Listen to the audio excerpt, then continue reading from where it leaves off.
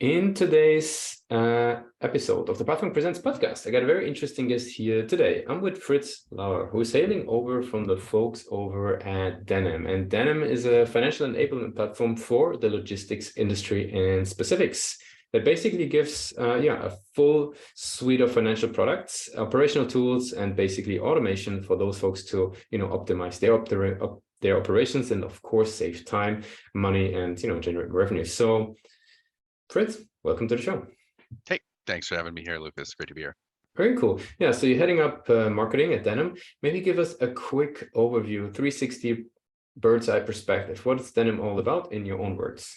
Sure. So, I mean, you just kind of took our boilerplate, but yeah, we're a financial enablement platform for freight and logistics. And really what we're doing is we're simplifying the entire back-end operational process for freight brokers by automating invoicing, collections, payments, and ultimately reducing their day-to-day back office tasks by up to 75%. Short and sweet, very succinct, very clear the value that you guys are providing. Now, how does a sort of a typical or sweet spot client look like? Well, how would you characterize them? Is there a certain amount of vehicles they need to have? Is there a certain size? Like, how do you think about that? Yeah, so it's freight brokers of any size can really benefit from us. We're disrupting an ancient industry if you really want to look at it long term, but it's one that hasn't revolutionized or changed much, particularly since like Web 1.0. So a lot of the current services that are built up are ones that were either homegrown or the ones that haven't changed in 20 years and really started off as more like banking services than did payment platforms. So brokers who are looking to optimize their existing business and be more responsive are the ones who are going to get the most value out of our platform. Because it's not just supporting the brokers themselves, but it's about the entire freight and logistics industry. Supply chain is crazy globalized and diversified now, which as a consequence has made them fragile in the face of like intense pressure, like the rapid growth of e-commerce that we've seen the last few years, and some of these global crises like COVID and some of the war going on. Combine that with an industry that's been really slow to innovate. Freight and logistics is just ready for a new path forward. And we do this, we're enabling these brokers and shippers who aren't satisfied with the current status quo to really thrive in this increasingly chaotic landscape. It's like at the end of the day, freight brokers have to compete every day for trucks and carriers to deliver their loads. So any broker who can't quickly and reliably and painlessly pay those carriers are going to lose business. So the brokers who are wanting to be more proactive and function like a modern tech company and provide those just, the expectation that we have that it's 2-day delivery, those expectations are everywhere. And so the brokers who are ready to operate in that type of dynamic are ones who really find success with Denim. That makes a whole lot of sense. Now, who would you say within those organizations would be the champion? Like, who's the person that is picking up on Denim and says, we need that in our organization? Is that an operational level? Is it from the finance team? Is it, where is it the IT infrastructure team? Who's bringing it up? It typically starts at the top. A lot of brokers in the industry start off as carriers or in shipping, and they move in as owner operators themselves, but they'll eventually build themselves up until they're kind of running their own show and they've got a handful of people working with them. And at that point, when they're really doing less day-to-day brokering and more day-to-day business running, now they're leading a business, they're ready for tech solutions like us. At the larger, more like mid-size and enterprise accounts, there definitely is a bit of a decision committee, but it still is that top person who is deciding how is their brokerage going to run in like a day-to-day basis, who has the final call. Okay, very cool. Now, how do they learn about you guys? How would you describe the journey of those leaders learning about Denim and getting started? Like, what's the channels that they maybe walk through, or the acquisition channels you guys leverage? Yeah, I'd say pretty traditional B2B right now. Before I joined in March, we had a very strong outbound sales team led by our senior sales manager, Ashley McMillan. And that has been like our primary growth vehicle and the primary way that people have heard about us. Since adding marketing over the summer and rebranding in September, we've been able to really accelerate just the learning and education that's going on out in the marketplace, building a much stronger brand and demand generation programs. So we're starting to see a lot more people learn about us simply through the word of mouth. Our tenants at Freight Waves, both this spring and this fall, where our head of product, Sean Smith, won Best in Show for his presentations, has also done a lot for just establishing us as one of those default considerations when it comes to payment platforms and factoring services within the industry. We also have a really healthy and growing referral program. We brought on 2 referral leaders or partnership leaders over the summer as well. So this really has just been a great time for Denim just to see build up a lot of our structure and see a lot of growth in new channels outside of just outbound. Very cool. Now, what would you say now if we talk about the website, right? What role would you say in that inbound journey that you were describing? What role do you attribute to the website? It's an education portal right now. We have a lot of great content that helps startup brokers, which was our bread and butter 2 years ago, really understand how to enter the marketplace. But as we've been growing and adding a lot more features and services and tools, we're now servicing a lot more of the established brokers who are really trying to learn just like how are they supposed to be using technology in their business. I think this industry has been one that, as I've mentioned before, really slow to change over time. So there's a lot of questions that I think in typical B2B SaaS, they're people just understand, or it's become like a normal part of the culture. This freight and logistics is really ready to get SaaS Tech 101 going. And that's the big thing that our website is doing on not just how to do their jobs, but how to see technology as an integral part of their job and their business.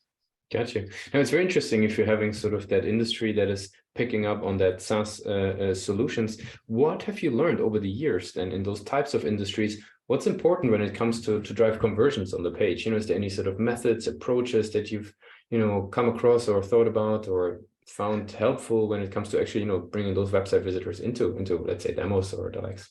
Yeah, it's I feel like it's the best practices that everyone says, and it's always the stuff that like rings true. It's making your value proposition very clear, making your user interface and user experience super straightforward, understanding their buying journey and like what decisions are they making at each point. It's like everything that we learn in all the best practices, like Refine Labs and Dave Gerhardt, two influencer groups that I really love in this. It's like when you're creating that demand out in the world, that website should be the point to capture that demand. As soon as they get in, they need to feel the same feelings that they felt for all your ads and all of your thought leadership programs. And they need to understand and have the same messaging so they can quickly go, oh yeah, I identify as this in the way that you describe my problems out in the marketplace. Now that I'm on your site, I can quickly say, yep, that's me. I know exactly where to go and make my conversion or solve my own problem or get in touch if I need to. Makes a lot of sense.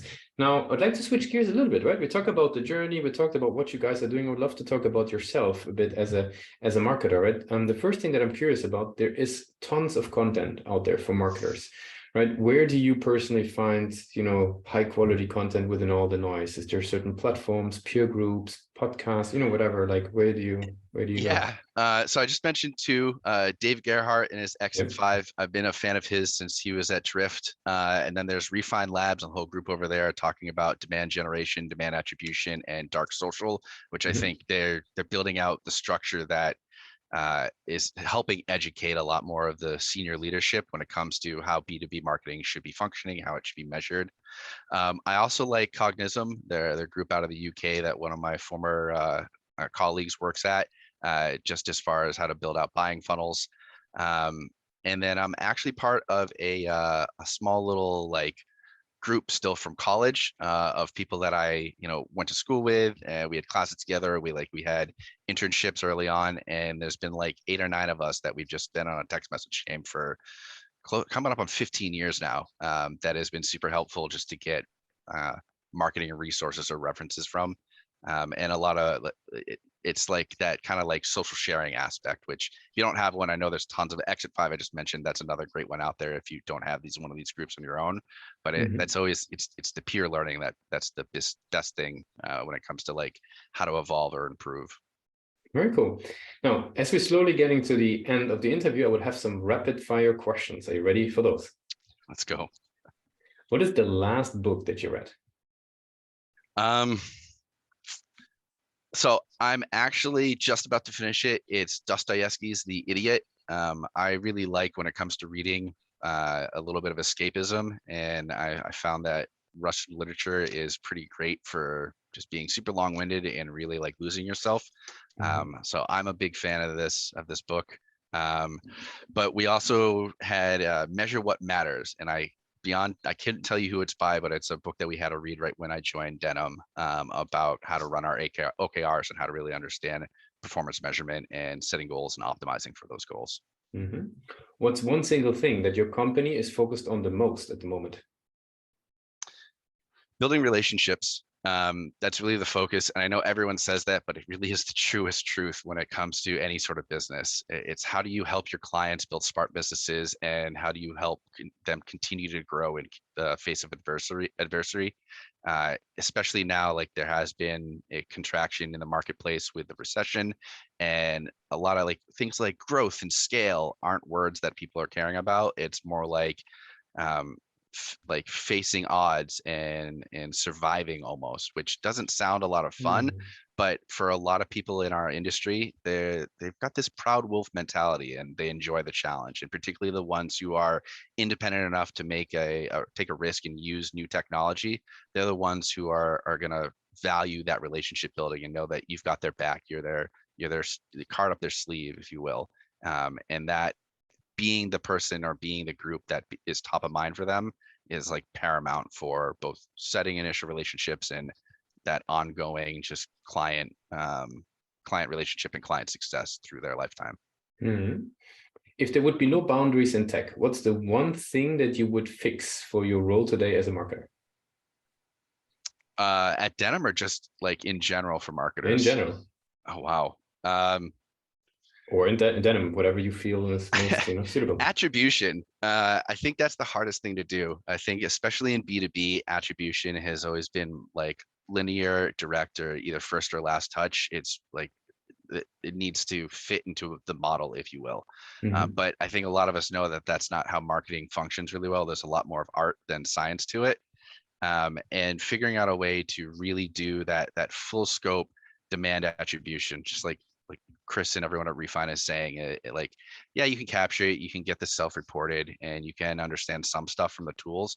But at the end of the day, understanding what people are saying when they're outside of your networks, or outside of where you've got them cookied, it's still pretty impossible. There's a lot of great stuff like the IP tracking and like a lot of great services for understanding the full path, but it's still, I think, super, super hard to give a confident answer that this person learned about us from this social post that Joe Schmo shared 2 years ago, and you've been in their back pocket ever since then.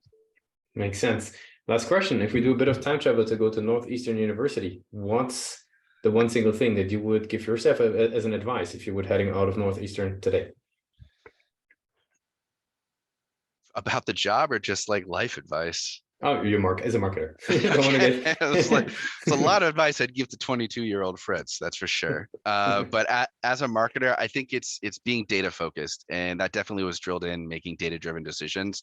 But it's crazy just how important that really is, and just the scope of what that can mean, and all the different data points that we do get in marketing, and the different ways that we can slice and dice our views on SEO, SEA, just activity. It's crazy. And so becoming a master of data and interpreting that data and ultimately communicating that up the ladder, getting better at that earlier on in my career would have been a boon for sure. Very cool, Fritz. I really appreciate you took the time with us today to be a guest on Pathmonk Presents. I want to give you the very last word. If somebody would be forgetting all that we discussed about Denim today, what's the one thing that people should remember? Thanks. Yeah, I gotta say, I have to steal something that one of our clients said. Dale Prax of Direct Expedite, I think he's like one of our favorite clients here. But right after the rebrand, he had this great line, and I'm gonna read it verbatim because I just love it. It's just like, much like classic fabric, Denim has evolved beyond imagination. We're very proud of our partnership with this great brand, and personally, I've always been most comfortable in a pair of blue jeans. Professionally, I'm also very comfortable in denim. Thanks a lot for being a guest on Pathmonk Presents. Hey, thanks for having me. Glad to be here.